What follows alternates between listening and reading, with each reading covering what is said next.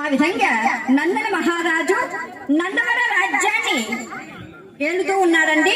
ఇలా కొన్ని రోజులు గడిచిన తరువాత తల్లిదండ్రులు తీర్థయాత్రలకు ప్రయాణమై వెళ్ళారు.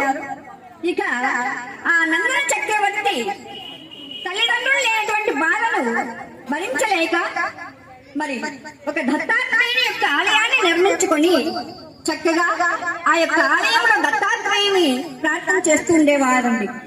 ఆ దత్తాత్రేయుని యొక్క వరి ప్రభావం వలన నందన చక్రవర్తికి మంత్రశక్తి అయినటువంటి పాదుకలు ప్రసాదించాడండి.